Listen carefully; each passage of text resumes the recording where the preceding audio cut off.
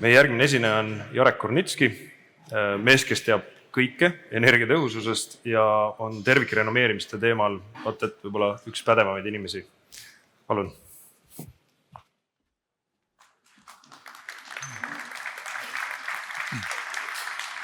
Nii, aitäh nende tiitlite eest, et kõike kahjuks ei tea ka mina, aga püüame siit midagi kaasa võtta. Ja põhimõtteliselt küsimus ongi, et kuidas hinnata renoveerimise mõistlikku mahtu, et mida me peaks tegema, kuidas me peaks seda tegema ja kust need suured numbrid peaksid tulema. Kindlasti on kõige tähtsam asi on ikkagi see vajaduspõhisus, sest kui on suured küttearved ja kehvad elutingimused, siis loomulikult midagi tuleb teha.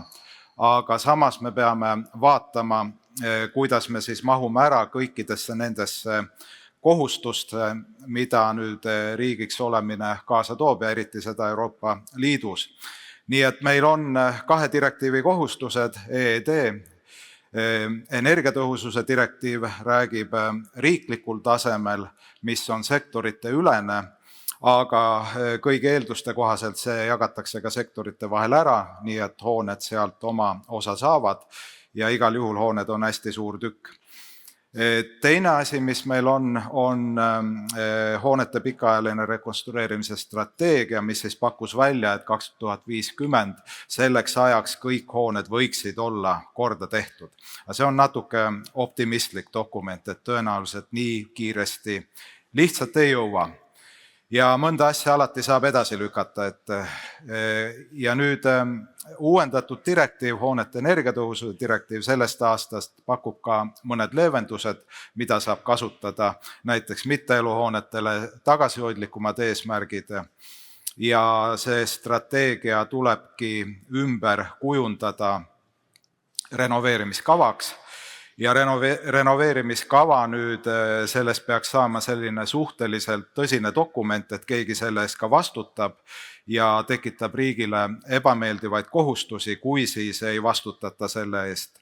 Nii et ta peaks olema jalad maas ja siduvate kohustustega dokument ja sisaldama ka ressursse ja rahastust ja nii edasi. Ja nagu te näete, selle tegemine on üsna pikk protsess ja alles siis 26. aasta lõpuks ta peab olema valmis ja edaspidi uuendatakse iga 5 aasta tagant. No esmase sisendi sinna on pakkunud selline suur Renovave projekt, mis on tehtud ka Euroopa Komisjoni rahadega suhted, rahvusvaheline seltskond oli seda tegemas, mina üks nende hulgas ja on leitav ka energiatalgud.ee uuringute alt kõik see suur materjal, mis selles Renovave projektis tehti. Ja seal vaadati siis suurt pilti energia lõpptarbimist, millel on see riiklik energiasäästu kohustus, 1,5% iga aasta keskmiselt sellel 24-30 perioodil peaks kokku hoidma. Varasemalt oli eesmärk 0,8% aastas, nii et see on väga karm eesmärk ja kui te vaatate neid tulpasid, mis on selline stsenaarium, kui midagi ei teeks, siis on näha, et hooned on seal 2 alumist, võtavad tänase seisuga umbes 52-53% lõpptarbimisest, aga ajalooliselt on meil kasvav transpordisektor, nii et kindlasti sellega tuleb midagi ette võtta. Ja tööstus me tahame, et see kasvaks, me tahame, et Eestisse tuleks uut tööstust, nii et see peab kasvama ja ka siin on teatud eeldused, et see igal juhul kasvab ja teised võiksid siis nagu kokku tõmmata. Nii et see on nagu üks taust, aga nüüd tulles hoonete juurde kohe tagasi, siis hoonete energiatõhususe tööriistad, mis uuendatud direktiiv kätte annab, on mitteeluhoonetes ja eluhoonetes kardinaalselt erinevad. Mitteeluhoonetes on nii, et ligikaudu 1/4 hoonetest ehk siis 26% peaks ennast tõstma välja nendest energiamärgise tagumistest klassidest vastavalt nendele aastatele, et kõigepealt sealt G-klassist ja siis ka F-klassist aastaks 2033.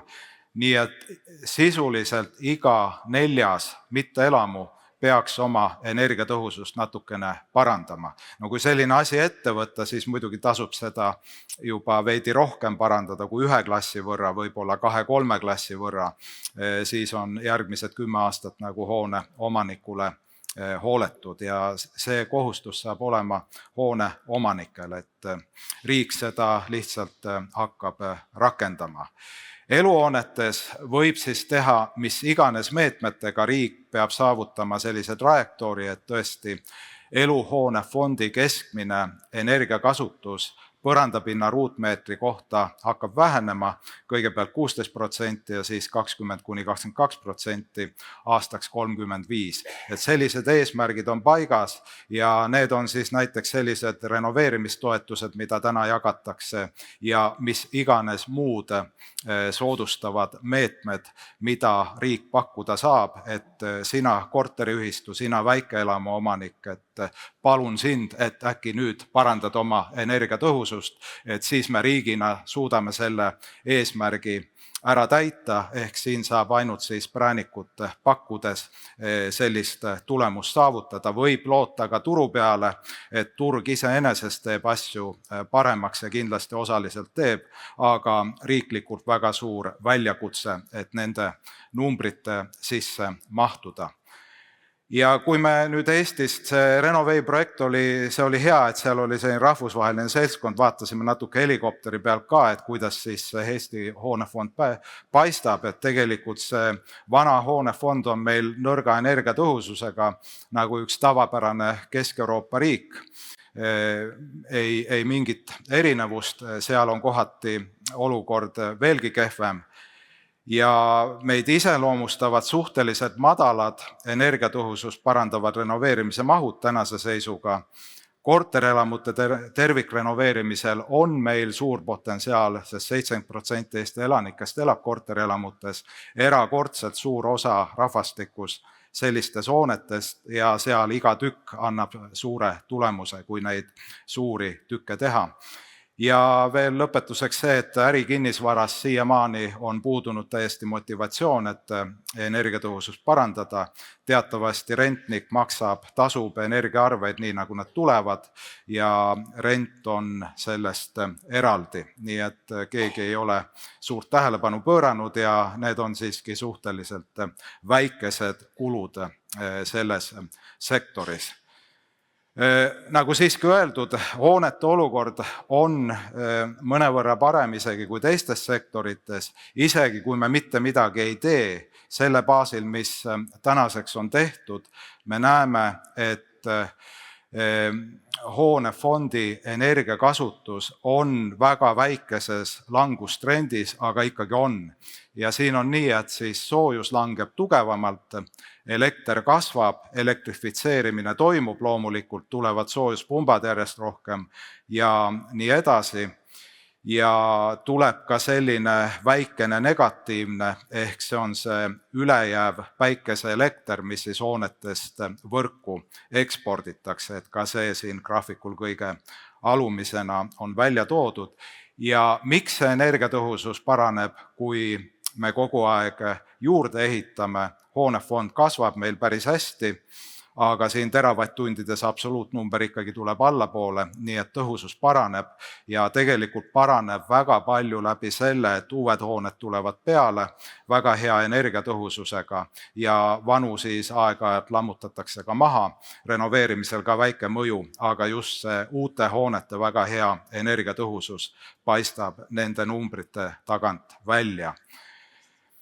Renovei projekt tegi sellised arvutused, et põhimõtteliselt kõik võimalikud meetmed, et mida iganes eluhoonetes ja mitte eluhoonetes on võimalik teha, arvutas need läbi, arvutas siis, et mitukümmend miljonit või mitusada miljonit, kui aastas sisse panna, missugune tulemus tuleb, kes peab selle raha investeerima, mis on näiteks ühikmaksuvus eurot megavatt-tunni kohta, perioodi alguses, perioodi lõpus ja nüüd see riiklik energiasäästu kohustus on selline, et see on kumulatiivne. Kui sa teed esimesel aastal, siis järgmised aastad sama sääst sul järjest tuleb otsa ja sama rahaga saad kordistada oma tulemust.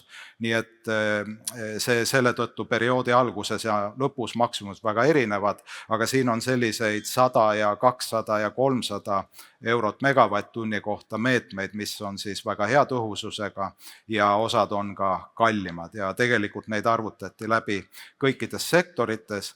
Kindlasti neid ei saa summeerida, et me teeme kõik need ära, sest osad on teineteist välistavad või siis teatud mõttes nagu dubleerivad, aga see on nagu tööriistakast, kus saab valida. Ja üks näide sellistest modelleerimisest, meie korterelamute renoveerimistoetused, et kui nüüd riik paneb näiteks 150 miljonit eurot sisse, et mis siis juhtub? No nagu teate, viimane toetusvoor oli 170 miljonit, nii et siin on suurusjärgud on isegi samad ja siin on veel hinnatud, et see renoveerimise maksumus saaks 450 eurot ruudu peale hakkama, no tänaste hindadega enam ei saa, et see on natukene tõusnud, aga igal juhul maksulaekumist paneme 150 miljonit eurot toetust, maksulaekumist siin väidetakse, et tuleb 160 miljonit eurot aastas ja mobiliseeritakse siis korteriühistu läheb panka, võtab laenu veel 500 miljonit eurot sinna otsa ja kumulatiivselt 3 teravatt-tundi energiasäästu aastaks 2030 kohe olemas, mis on suur tükk sellest 21 teravatt-tunnist, mis siis kumulatiivselt tuleb saavutada. Ja palju uusi töökohtasid loodud ja nii edasi. Et sellised arvutused on tehtud väga paljudele meetmetele.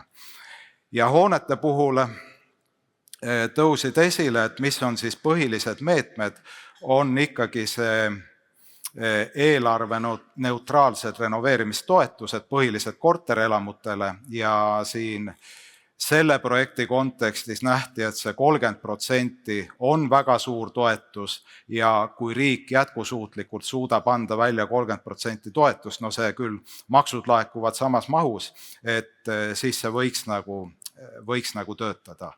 Toodi välja, et Eestis puudub kinnisvaramaks, oleks väga hea viis, kui veel oleks vastavalt energiamärgise klassile, kuidas siis neid toetusi rahastada. Väikeelamutele toodi välja seda, et pikas perspektiivis toetuste andmine jätkusuutlik kindlasti ei ole, juba nende menetlemine on tohutu töö, mida näiteks me näeme praegu, mis KredExis toimub, et iga väikeelamu menetlemine on tegelikult sama suur töö kui korterelamu menetlemine, ega sealt suurt vahet ei ole.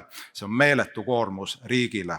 Nii et kui selle saaks asendada näiteks maksusoodustusega, tulumaksu tagastusega, mida inimene ise taotleb, teeb oma süsteemis ära ja enam-vähem automaatselt see tuleb, siis selliseid kokkuhoiukohtasid kindlasti on ja loomulikult seda toetusraha siis ei oleks sellisel kujul vaja väikeelamutele, aga siiski mainime siin ära, et teatud sihtgruppidele, et võib-olla lastega peredele see on põhjendatud, aga mitte lausaliselt.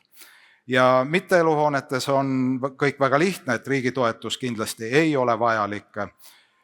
Hoonete energiatõhususe direktiiv annab ette need energiatõhususe miinimumstandardid MEPSid, millega seda parandamist saab teha, väga hea tööriist.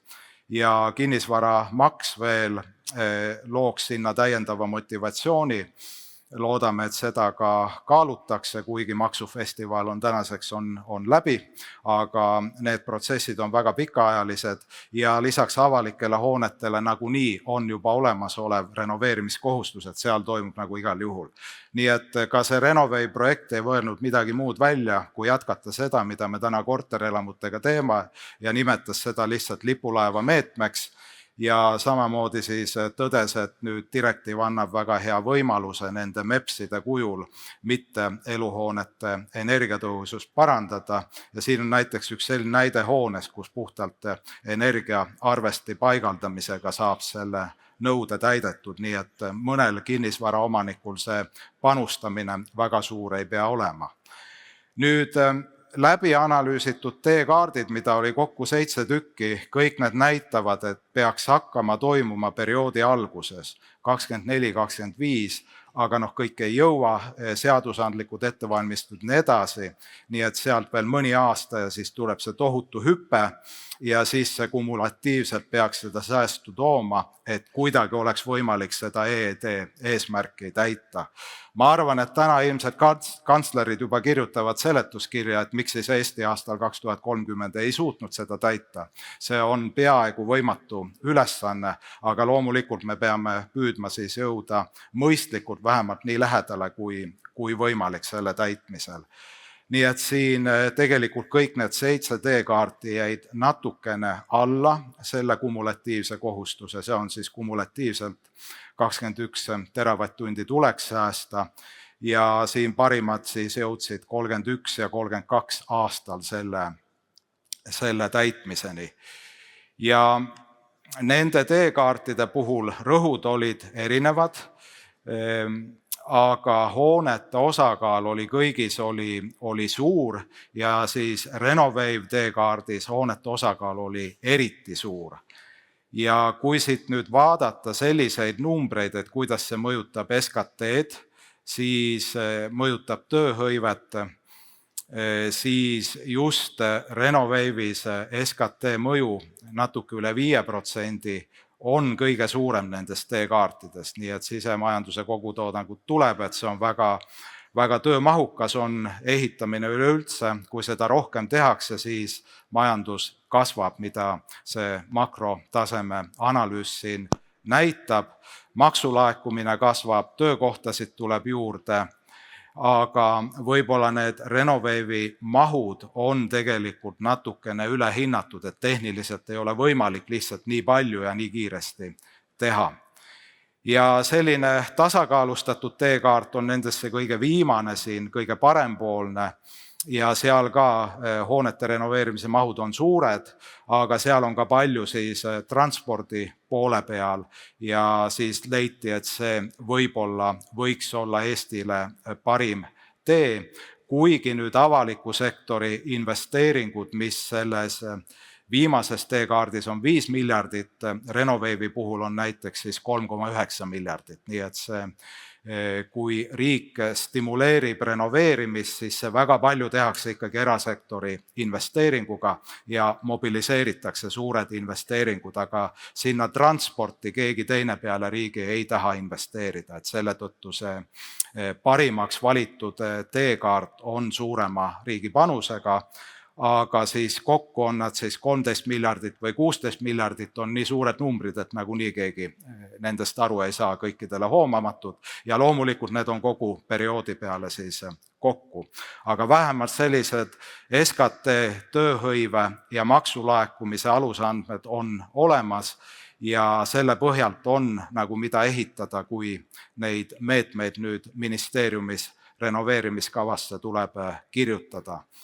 Ja siin on ka nüüd CO2 vähenemise, siis kasvuhoonegaaside heite vähenemise mahtude järgi on näha, et Renovave'is jällegi need hoonete osad on suuremad kui mujal, aga siis selline tasakaalustatud lähenemine, kõige parempoolsem, võiks anda kõige suurema kasvuhoonegaasi heite vähenemise. Renovave projekt pani kokku ka, siin on RAM ja KLIM konkreetsed tegevused, mida ministeeriumid peaksid rakendama, et see oleks võimalik ellu viia. Loomulikult ministeeriumid siis valivad, kas võtavad siit mingi rea, ei võta, aga tegelikult see eeltöö on siin olnud päris põhjalik. Nii et kui nüüd võrrelda neid soovitusi tänase olukorraga, siis eluhoonete puhul me otseselt midagi uut ei õppinud, lihtsalt tõdeti, et meie tänased toetusmäärad on väga kõrged ja üle 30% toetusmäär ilmselt pikas perspektiivis jätkusuutlik ei ole, seda raha ei ole lihtsalt riigieelarvest kuskilt võtta. Ja väikeelamutes Renovave üldse võtaks kasutusele teise tee, et pigem siis tulumaksu tagastust rakendada ehitustööde pealt ja see võiks olla siis põhiline stimuleeriv meede ja ainult väga valitud sihtgruppidele anda toetust siis väikestes mahtudes. Ja kinnisvaramaks on mitu korda siit läbi käinud, see on selge projekti soovutus ja mitteeluhoonetes on tänu uuele direktiivile siis need asjad ka hästi olemas. Võrreldes nüüd tänase olukorraga veel, et kui seal Renovave'is pakutakse, et 150 miljonit eurot peaks olema aastas korterelamu toetus, no KredEx just jagab siin 170 miljonit välja, et me oleme nagu sellise mahuni jõudnud, aga tuleb arvestada, et selle toetuse jagamisest, voor oli 28.10, mõne tunniga olid seal osad voorud olid täis, aga tegelikult läheb 1-2 aastat, et enne kui see raha jõuab siis ehituslepingutesse, et see võtab aega. Meie renoveerimise maksumus on tõusnud, nagu siin näete, juba üle 600 euro ruudu peale ja reaalsed toetusmahud, mis siis KredExi toetusest on jõudnud lepingutesse, on siin 50 miljoni kandis olnud siin parematel aastatel ja 24 number ei sisalda muidugi seda, mis siis siin välja jagati, need siis jõuavad alles 25. aastal. Ja tervikrenoveerimise maksumus kindlasti ei ole odav, aga ta on välja kujunenud tänu nendele toetusmeetmetele. Ja see tähendabki seda, et toetust tuleb anda nii palju, et korteriühistu saab pangalaenuga selle renoveerimisprojekti ära teha, sest omal käel nad reeglina seda ei suuda teha. Näide nüüd nendest viimastest voorudest, kus on ligi 900 korterelamut renoveeritud, hästi palju tulnud siia Tallinnasse, aga ka Rakveresse, Tartusse, üle Eesti nad jaotunud. Ja võrreldes nüüd sellega, mis praegu välja jagatakse, need rohelised on need voorud, mis on täna veel saadaval. No see oli siin 24.11 seisuga eeldatavasti. Kui te olete Hiiu maakonnas, siis ruttu toetus küsima, endiselt raha seal on. Kui te olete Lasnamäelt, samamoodi suurte korterelamute rekonstrueerimine 20 miljonit, endiselt voor lahti, tulge ja võtke ja neid Lasnamäe suuri tükke oleks tore teha, kui ainult keegi tuleks ja küsiks. Ja samamoodi siis paistab välja see Hiiumaa, Saaremaa, Läänemaakond, mis jääb sinna vasakule, nii et seal on toetus pakkuda, Ida-Virumaal on toetus pakkuda, seal on ka eraldi meetmed ja lisaks siis Valga ja Põlvamaa, kus on tagasihoidlikult küsitud, aga kõik teised läksid siis loetud tundidega. Nii et selle jutu kokkuvõtteks, hoonete renoveerimisel on väga suur roll riiklikus energiasäästukohustuses, kuna on tegemist suurima sektoriga energia lõpptarbimises ja korterelamute renoveerimistoetustele ei ole leitud alternatiive. See on suure mõjuga ja lihtsasti teostatav meede ja ka selle menetlemine ei ole liiga koormav riigile, nii et see on kindlasti selline, mis peaks jätkuma, et neid eesmärke täita. Ja selline lihtsalt me peaks nagu tänast taset siis piltlikult öeldes 2- või 3-kordistama, et me jõuaks sellise 150 miljonit eurot aastas toetuste rakendamise mahuni ja sellel on tugevalt positiivsed mõjud tööhõivele, SKT-le, maksulaekumisele ja seda võib näha ka lisanduva meetmena, sest ilma toetuseta korteriühistu lihtsalt ei saa pangalaenu ja ei suuda neid projekte ära teha ja täna korteriühistud üldiselt teavad, mis nad peavad tegema. Nii et neil omal käel on väga raske liikuda, lihtsalt see tööde maht on nii suur, et vähesed korteriühistud saaksid sellega ise hakkama. Väikeelamutele tasub mõelda teist teed ja kinnisvaramaks oleks väga hea katteallikas, kus neid siis toetusi võtta. Ja selge on see, et ärikinnisvara riigitoetust ei vaja. Ja seda me siis teame ka, et need renoveerimise mahud peavad paika saama riiklikus renoveerimiskavas, mille esimesi versioone me võime siis juba järgmisel aastal oodata ja 26 lõpuks peaks siis olema see pilt väga selge, kuidas edasi minnakse aastani kuskil 2035. Aitäh!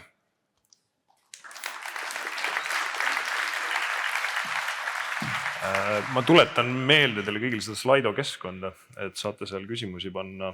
Ja üks nendest küsimustest, mis seal läbi käis, on ikkagi see kommunaalkulude teema või ühesõnaga see, et riik on üritanud kasutada seda narratiivi sa ütlesid prääniku narratiivi on ju, et küttekulude kokkuhoid, aga nüüd tuleb ikkagi välja tegelikult, et need tegelikult ei hoia kokku, et sul need pangalaenu tõttu see väljaminekud korteriomanikul suurenevad, et mis sa arvad, kas me näeme seda, et riik lõpuks nagu prääniku pealt läheb piitsa peale ja hakkab forsseerima seda jõulisemalt, kui ta näeb, et nagu sa ütlesid, et see ei ole saavutatav tegelikult? Ma kõigepealt vaidleks sellele vastu, et ei hoia kokku, sest hoiab ju väga hästi kokku, küttekuludelt ikkagi mingi 50–70% hoitakse kokku, et nad on poole väiksemad. Ja ma olen päris kindel, et majanduses need tsüklid korduvad nii, nagu nad on ajaloos kordunud. Et see hinnatõus, mis toimus, see ei ole viimane hinnatõus. Ja üks selline hinnatõus veel ja siis peale seda nende laenude tagasimaksmine on imeodav. Näiteks tänased laenumaksed korteriühistutel, kes tegid 7 aastat tagasi või 10 aastat tagasi renoveerimist, need laenu tagasimaksed on naeruväärselt väiksed. Nii et hoitakse kokku nii mis mühiseb, sest elu läheb kindlasti kallimaks ja laenu sa võtad, ehitad tänastes hindades, aga siis on juba tuleviku hinnad, kui hinnatakse, kas hoitakse kokku või mitte. Nii et tegelikult see on ainuõige tee. Ja mis meil on tõenduspõhiselt on hästi välja tulnud, on ikkagi see, et see küttekulude kokkuhoid on suur. See on statistiliselt üle 50%. KredEx neid andmeid kogub ja üle poole küttekuludest hoitakse kokku. Nii et siin on väga suur rahaline kokkuhoid, mis on saavutatud selle renoveerimise abil. Okei. Aitäh. Me läheme siit edasi.